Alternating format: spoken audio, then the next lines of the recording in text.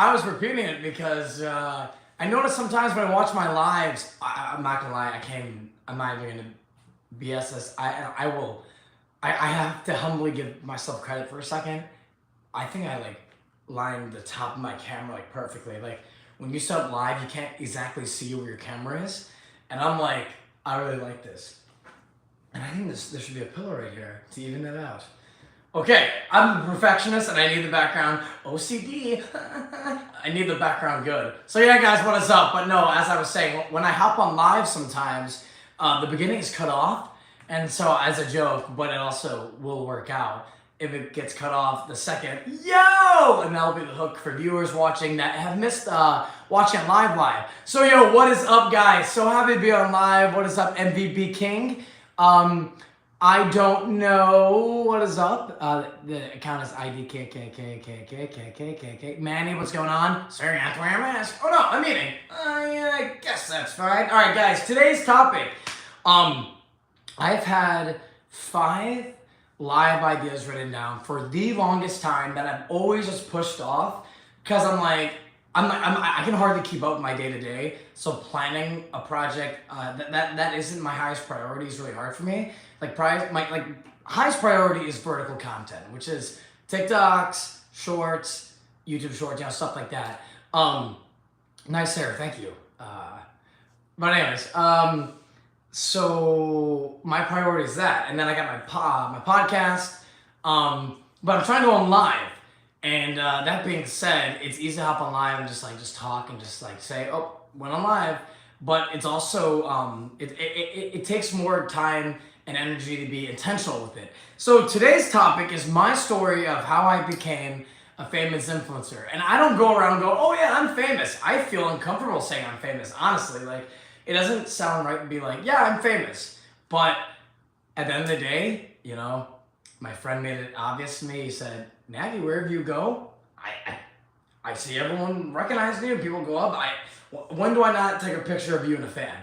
And I'm just kind of like, man, like, seriously, ever since I started back in 2020, I even remember my ex and I, we were in Chicago at the Bean, and a little kid ran up. But see, the thing is, in Chicago, like, what made that insane was the fact that I have never really traveled much, other than maybe Chautauqua Lake in New York, because my family would always go there, or Myrtle Beach. My family would always go there. My family's kind of like me, like, not really switching things up, sticking in routine.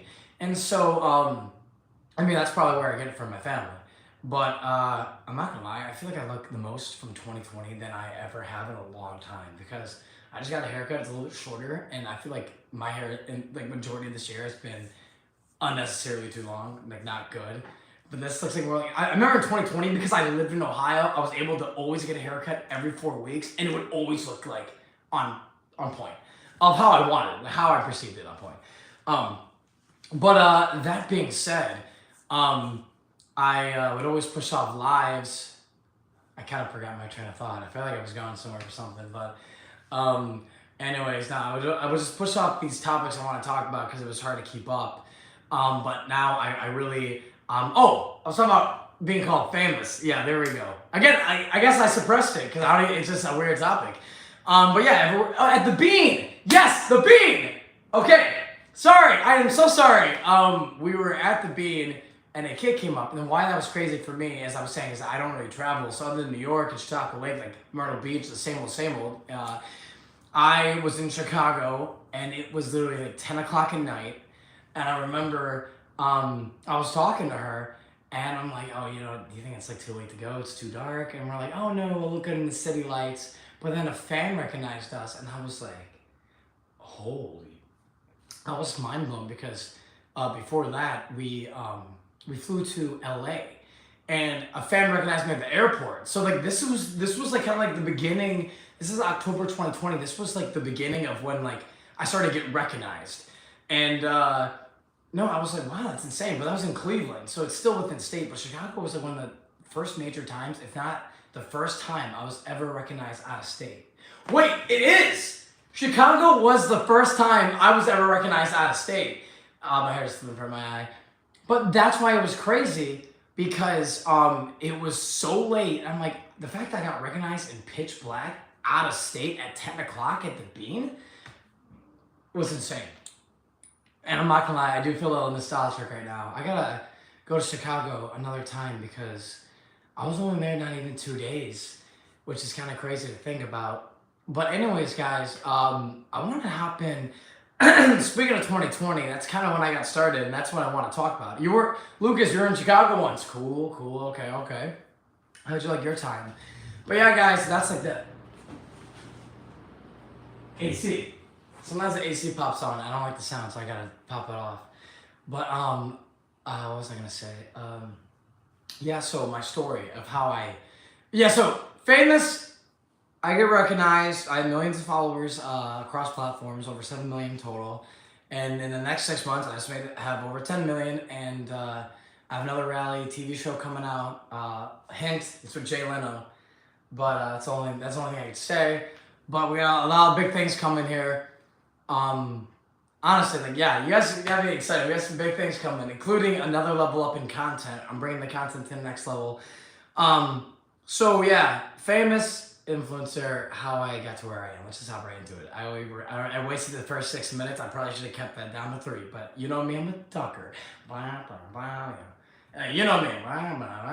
Oh, anyways, so basically let's hop right into it. I started making videos when I was like 10 years old, 11, 12, when I saw Smosh for, is Chicago really cold? When I went, it was pretty cold, yeah. But like, it was like fall, so it wasn't too bad. But we could tolerate it, but it was getting there. But anyways, here I'm not gonna lie, I totally almost forgot entirely about that Chicago trip, and it just I remember everything so vividly right now. I have never remembered it even half as clear as I'm remembering it right now. And so I'm trying to focus, but I'm taking a moment to processing it because I'm actually I forgot about that. And so it's kind of cool. It's reliving a new memory. I don't know if that makes sense, but so I was making videos around 11 or 12 years old when so my parents divorced. I was going to Solon up until I believe 3rd grade, and then in Solon, Ohio, and then my parents got divorced. I moved to Aurora, went to school in Aurora for 4th grade, and I remember I was in my parents' basement, my mom's basement in Aurora, using AOL dial-up. I remember that so clearly. But I was seeing Smosh on YouTube because YouTube was new and people were watching YouTube for the first time. And I was seeing Smosh and their Pokemon theme song and all their other skits. And I was like, wow. They're always like, hey Anthony, Ian! And the whole cringe is from Smosh, actually. When I first started TikTok, and I see it rarely, but I still see it here and there, people go, haha, this gives me Smosh vibes. And I'm like, those are some of my favorite comments. I'm that's my inspiration. So I was making Smosh-styled skits for a 12-year-old. They weren't too bad, but yeah, I was making Smosh-style skits when I was a 12-year-old. And if you think my videos are cringy now, if you watched them back then, oh my gosh, I'm sorry. Actually, I'm not sorry. They're gold. They're a treat. They're honestly you're not gonna see anything like that again. They're so, I'm not gonna lie, they're so actually unique and original. That's the game. They're pretty gas. I'm sorry, I'm not trying to be arrogant. I'm really happy how I lined up the back. I was trying to hop on fairly quick, and yeah, it looks perfect. But anyways, guys, my friend Thomas is texting me, my guy. Thomas, shout out to you, bro. One of my best friends, Fish Boy. What was I gonna say? And that's Thomas Malaki, but you can call him Thomas Fishboy, or just Fishboy. But so I was making videos when I was 12, and I just stopped in high school because I was doing other things, obviously school. I started working out for the first time, and hanging out with friends, having the last moments as a senior. I just didn't really make videos, but halfway through college, I remember some of my friends in my current group. I remember Nick Palmer-Tier and Natalie Wolf, to be more specific.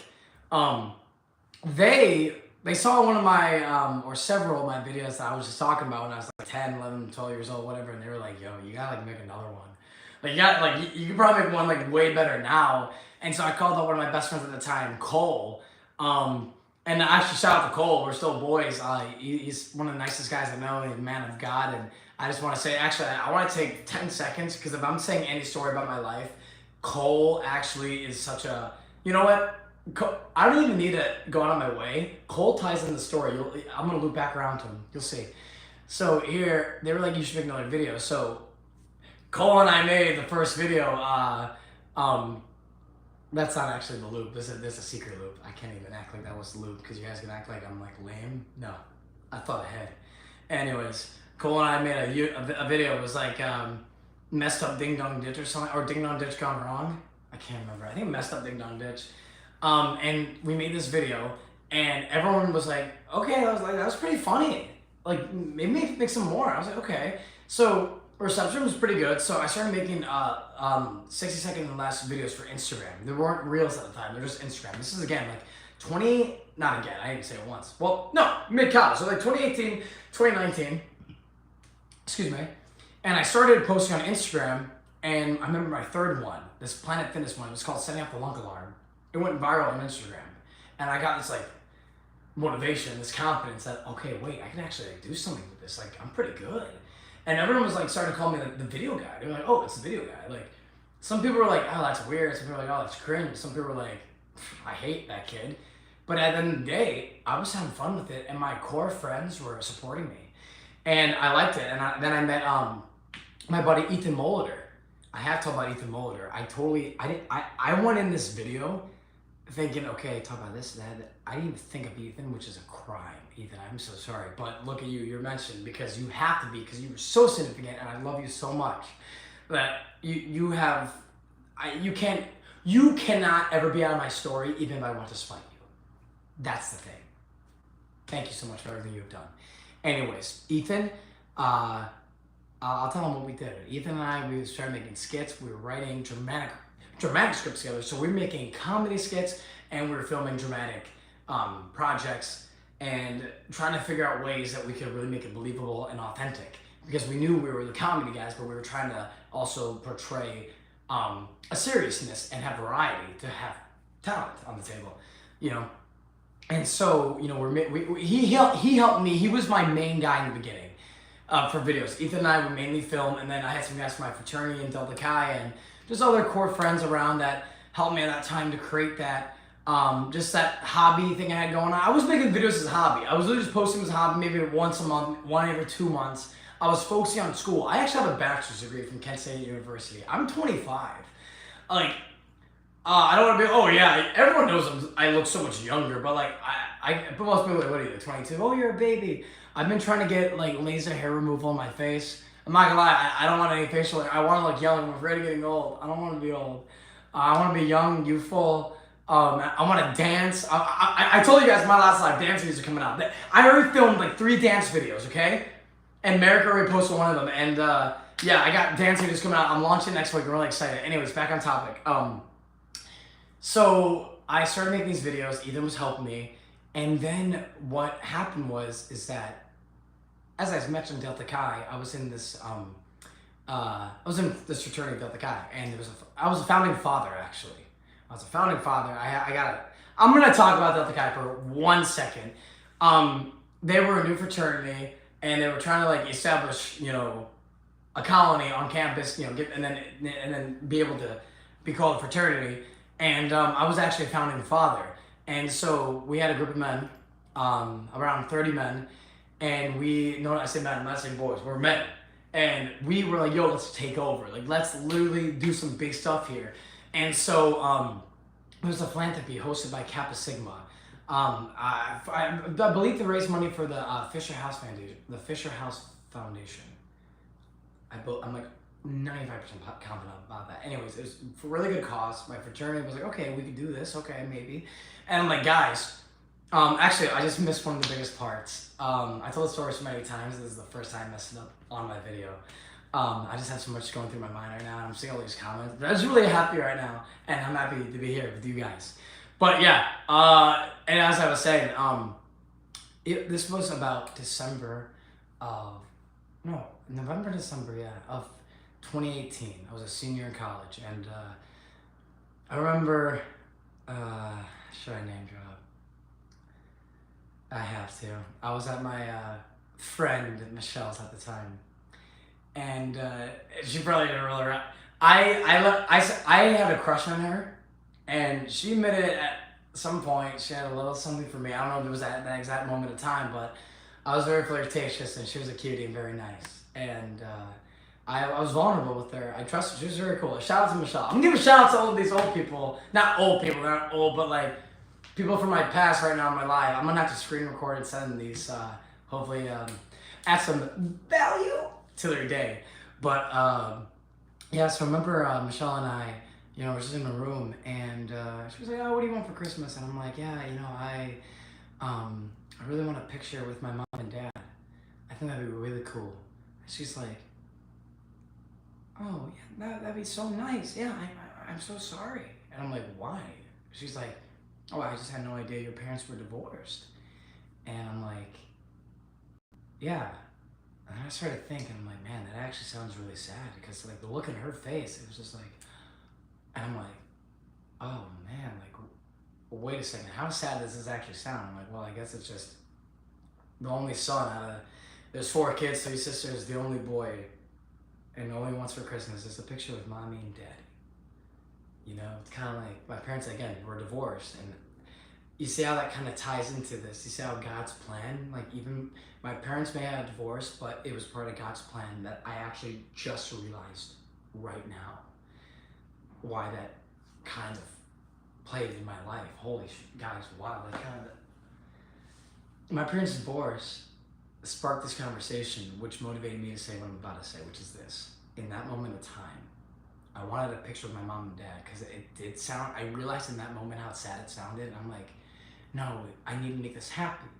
I want to get a picture with my mom and dad. That's the happy ending. I like writing scripts, as you guys know, and that's what I wanted in my movie. And I didn't get it. I did not get that picture. My parents, obviously, as you can tell, are not on talking terms. And so here it came around January, February. And here, Kappa Sigma was hosting this philanthropy called, for the Fisher House Foundation, let's just say Fisher House Foundation, called the Greek Music Awards. And the Greek Music Awards was a competition amongst all fraternities and sororities. Everyone would make the best music video they can, and then everyone, I think it was $10 a ticket, and then that would go to charity to then watch in like the biggest room at Kent State, or the biggest lecture hall, on this huge like movie theater screen, these music videos, kind of like the Emmys or Academy Music. I don't know. Big screen awards.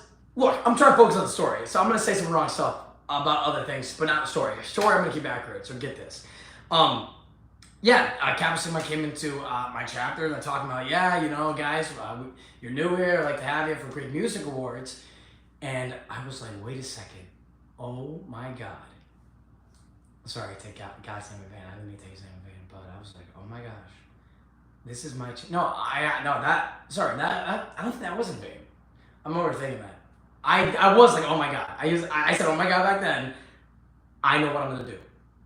I have been making videos for fun, but with what I know I can do, I think if I pick the right song, I can win this competition. They said there's gonna be a big trophy.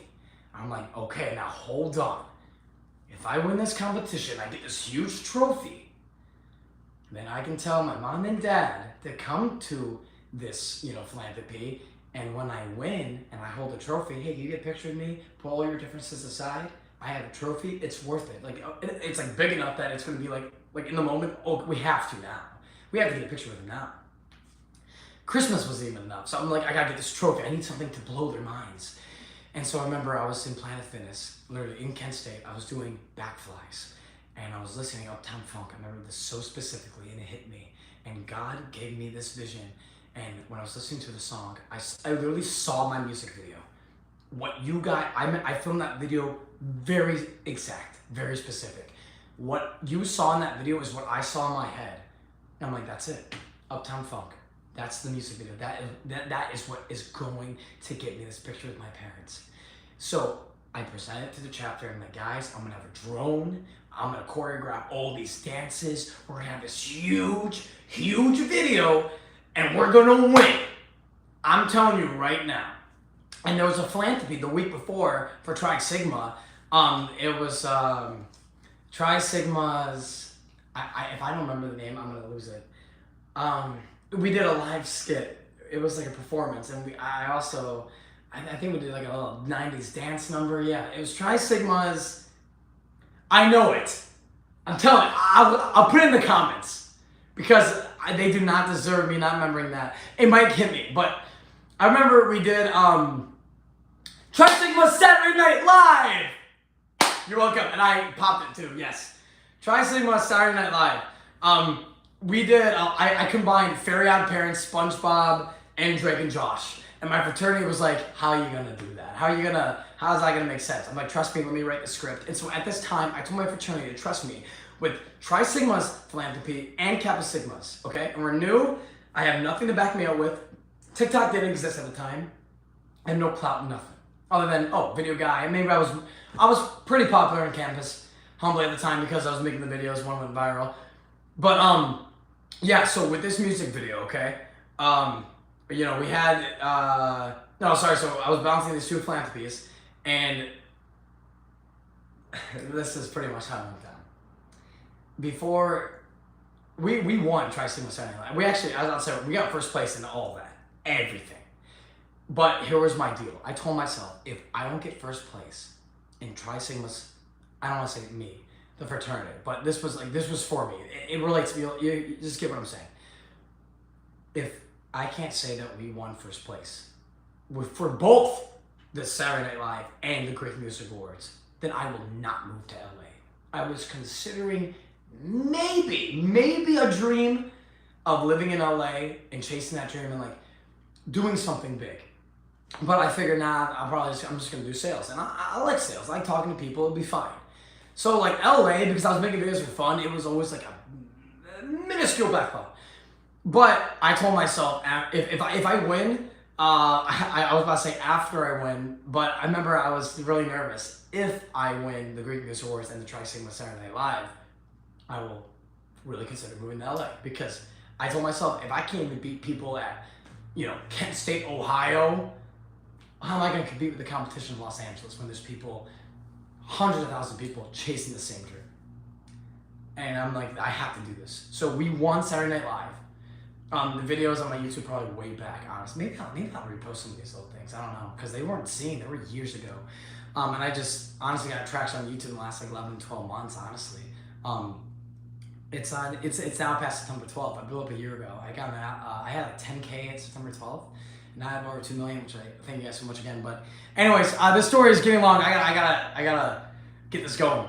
So anyways, pretty much with this philanthropy, before we won Tri Sigmas, I was telling everyone my idea. So I had nothing backing me up. Everyone just had to trust in me that, hey, this is it.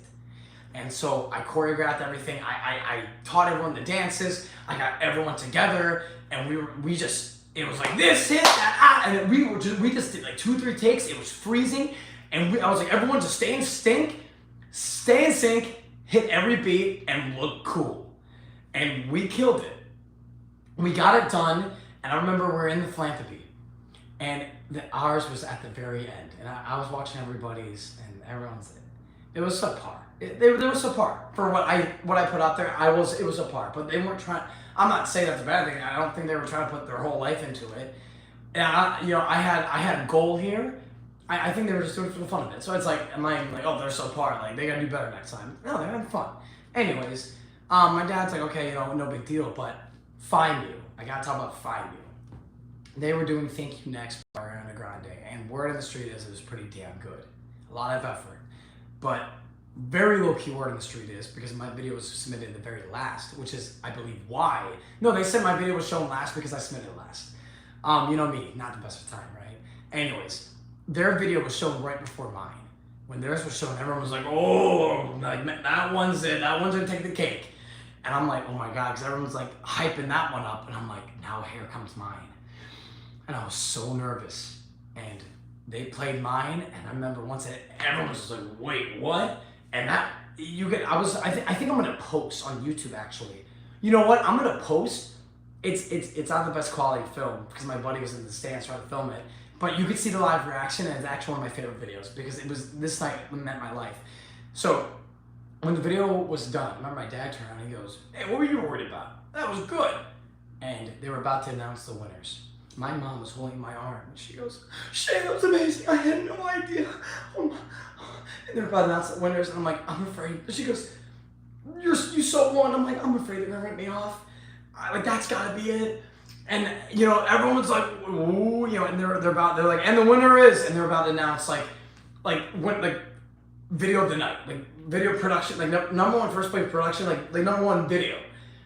And instead of the Kai, they go Shane Nagy. They put a light on me, and it's like the Emmys. They put a light on me. I'm like, oh my god! I like come to the stage, and I'm like, what the? Because they were doing smaller awards, like categories earlier, but no one went on stage. But they put a light on me. I went on stage, and they were like speech. And I remember I got both my mom and dad here, and yada yada. I have this. And I remember I was almost in tears. I'm like, I'm so grateful to be here. And everyone was applauding. And it was that moment on stage that I knew this is what I want to do. I want to be an actor. I want to be at the Emmys. I want to accept like an Emmy award. And hey, thank you. Not for attention and thank you, but like I could see in that moment on stage, like getting success from a dream that I thought was impossible, but now possible. And I remember after we won that huge trophy, you know, the president of my fraternity, I gotta give him a call. Logan Stockton, I have to give you a call. Here's your shout out. I remember he looked at me and he told me something along the lines of, "Hey man, do your thing. Come on, like we're right behind you." And you know, because I told him I want to get a picture. We went up and my whole fraternity witnessed it, and I got a picture of both my mom and dad. And no, it was really cool because I went on that night and I prayed to God and I thanked him. Because we did get a trophy, but the ultimate trophy that night was the picture with my mother and father. And that is what was really cool. God put some sort of skill or ability, some vision in me that I'm so grateful for. And not, oh, I'm famous.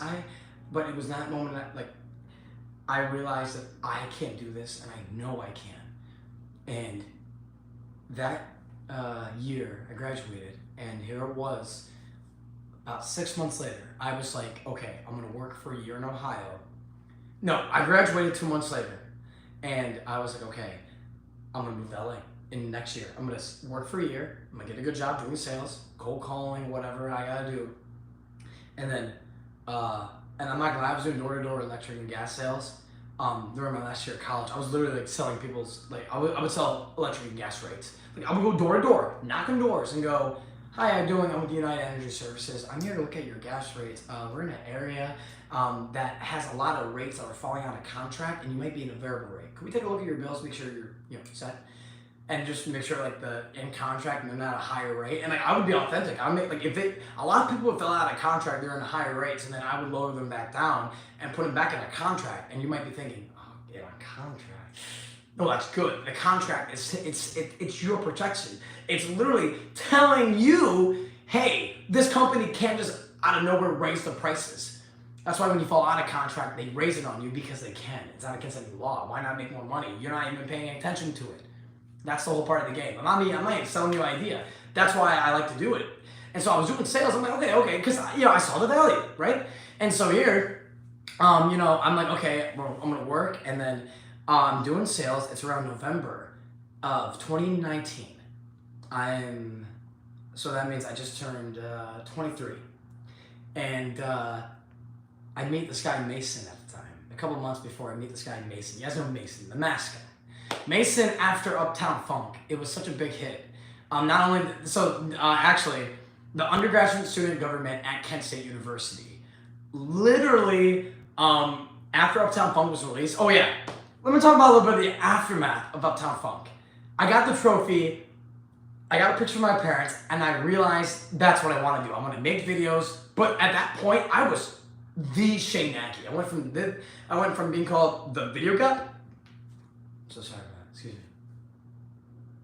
Protein shake. I downed it. Anyways, I went from being called the video guy to the Shane Nagy. And I was just, that blew my mind. I was like, that's like an honor nickname, the Shane Aggie. I was like, I'm not even big. I don't have any followers, nothing. There were girls, there were good looking girls on campus, just in like Alpha Beta that had more followers than me. I was nothing. I had nothing. I had a good music video and a couple videos just on Instagram, but I guess people may saw like a potential perhaps that they were like, oh, the Shane Aggie, this guy's, maybe they felt something was gonna come. I don't know. I didn't really get to ask him. I was focused. But anyways, after Uptown Funk, I put on my story. I'm like, yo, anyone trying to make videos? Because here it's, I graduated, a lot of my friends moved away. I wanted more people to film with. Mason reached out to me. Yeah, man, I'm down. I saw Uptown Funk. That looked cool. I want to give it a shot. So we filmed a couple of videos just around Kent, made a couple fun skits, immediately hit it off. I remember when I first met Mason, he was so quiet and so observant. Just, yeah, mind his own business. And then it was 2 days later, he came to my birthday party. Yo! He wasn't even drunk. Kid doesn't even drink. He's just like, oh yeah, so I had to make sure like I knew who you were. I'm like, yeah, I like you, man. Like, yeah. And it was like crazy. It was amazing. It was like, I knew at that moment this guy's gonna be my best friend. Like, shout out to you, bro.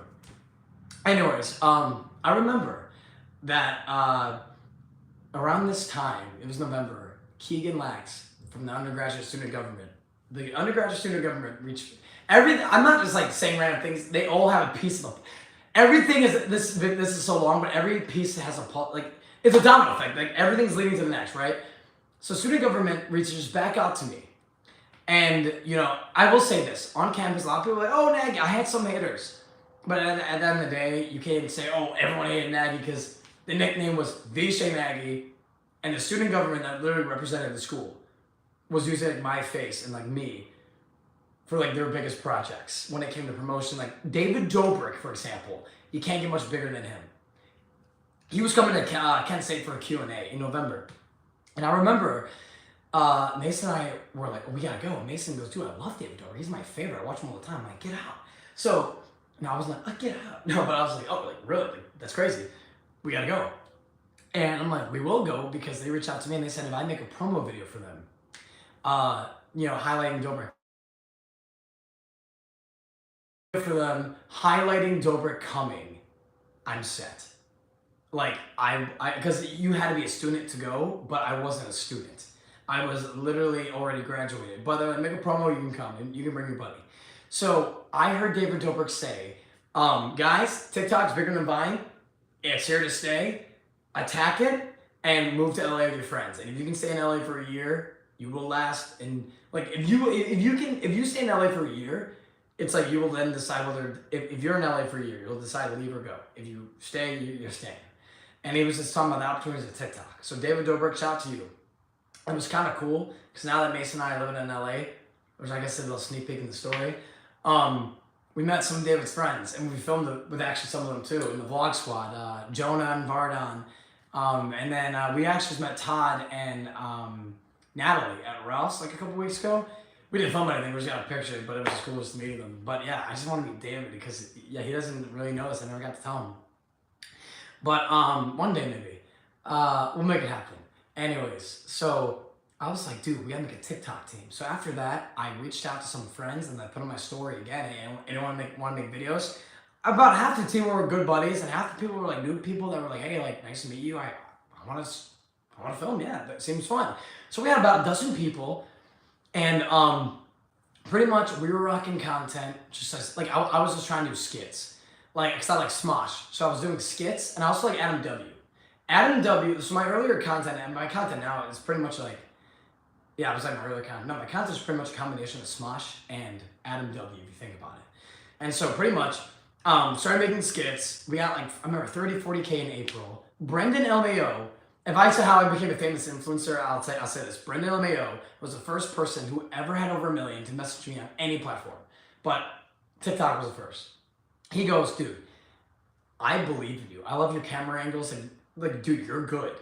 I know you don't have too much right now, but make part twos. Like you probably want to be creative. You're probably like me, just want to do a new thing, and you get bored easily. But just put that aside and just milk the fuck out of these ideas. And I'm like, fuck it. So I made Siri Part 2, Water Part 2, and they both beat Part 1.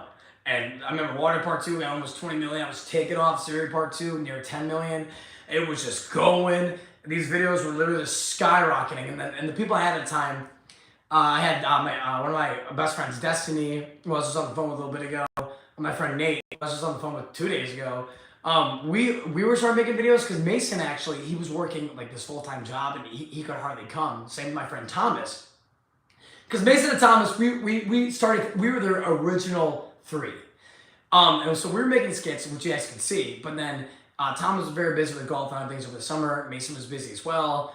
Thomas and I also weren't the closest at the time because I also like met him fairly. Mason introduced me to Thomas in the beginning of 2020. And then so by the time it was June, it was Nate, me, Destiny, and actually my ex at the time, who was Siri. And so here we were all filming, and everything was like taking off. Like even my ex's page, like Siri on her, like it was going. So we had a good niche, and it was resonating with a younger audience. Some older, but you know, we knew it was kids. We knew some of it was cringy. We were self-aware, but it was going, right? Oh wait, someone just said they subbed to Merrick. And I'm just screenshotting that because Merrick just called me and I just missed this call. Watch them not answer me after this because they're like, oh, we called, but you were too busy. Give me some shit. But anyway, so we were all making these videos, and from June, I remember I told the team. Like my team's name was The Team. It wasn't, oh, the team. It was The Team. Like wherever you, The Team. That's it. The Team. No. The Team. Yeah, there you go. I remember The Team and we're growing well, but I told them, because COVID hit. Here's the thing. We were growing. We had 30, 40K when the pandemic hit in the beginning of 2020. It was freezing cold in Ohio. But I told everybody, guys, listen, when May hits, quarantine's over and it's going to get a lot warmer, okay? So we're going to have a lot more variety and we're going to make a lot of content, okay? So everyone's just like, all right. I had like 80K maybe in middle of June, but then it started skyrocketing and I got up to 2 million by the end of August, okay? So at the end of August, I'm at about 2 million and I'm like, wow, this is taking off. So that's how I started on TikTok and pretty much it was going. But then the Creator Fund came out on TikTok. Money made things very, a lot more competitive because then everyone's getting on TikTok. Views for everyone slowed down. Getting 100K was like getting 1 million. I remember in July, I had like 40 videos get over 1 million.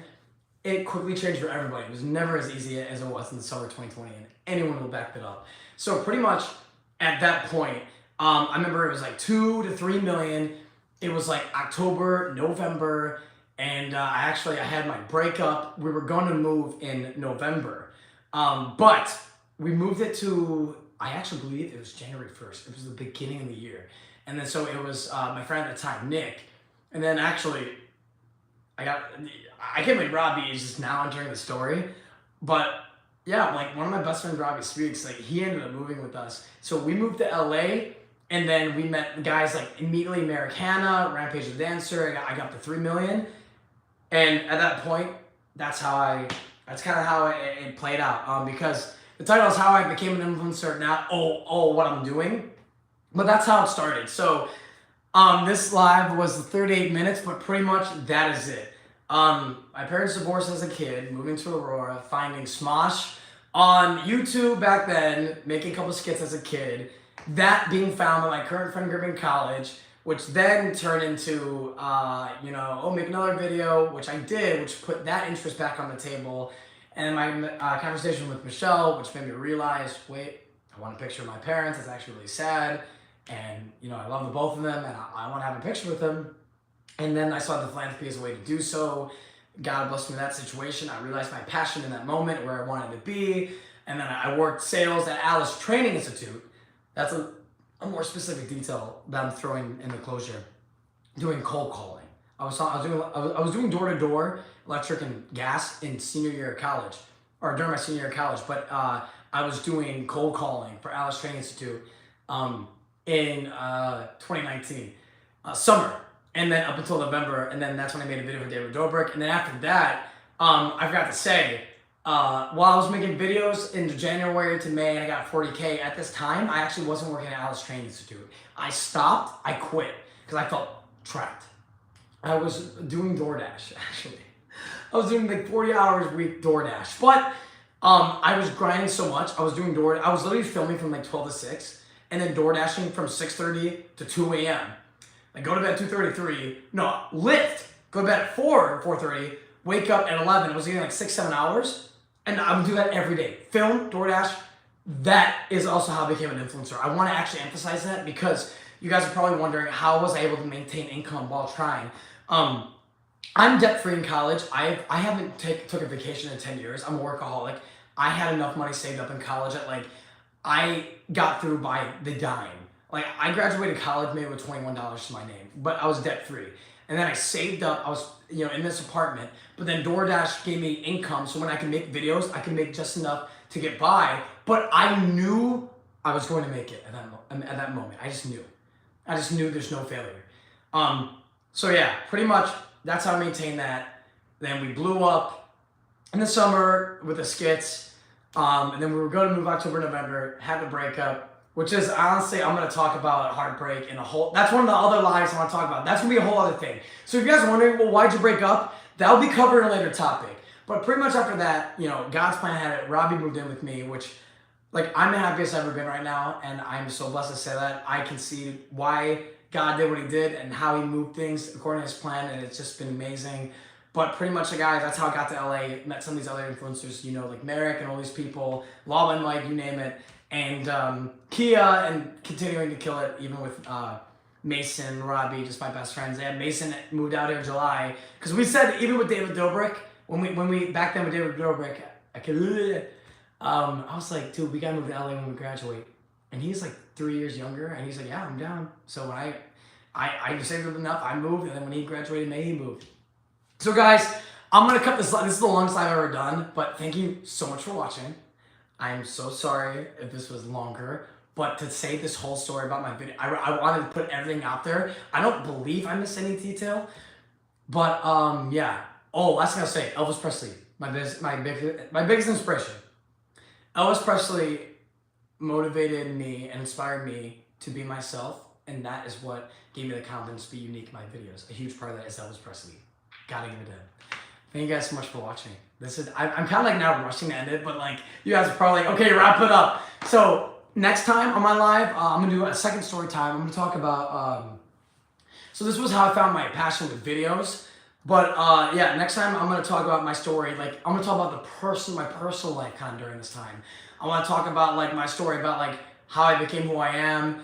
Talk about kind of like my relationship, my breakup, who my friends, at the time are, like how close are my family, more personal stuff. So guys, thank you so much for watching. Sorry this is rushed. I'm actually about to call Merrick back too. But follow me on Instagram, TikTok @ShayNagi, Facebook ShayNagi. And thank you guys so much for watching. I hope you guys were able to get to know me more. The whole point of this is to get the guy. I want you guys to get to know me more, so you guys feel like I want more of a loyal audience, and that's not just for my benefit. Like I want to have more of a loyal audience. You guys know me. Ask me questions. Like you'll know what I can do. Tell me what you want to see. I just want to get more personal. I hope I phrased that correctly. I mean well, I promise. But now I'm tired. I'm going to get off this live. So thank you guys so much for watching, and I'll see you again soon.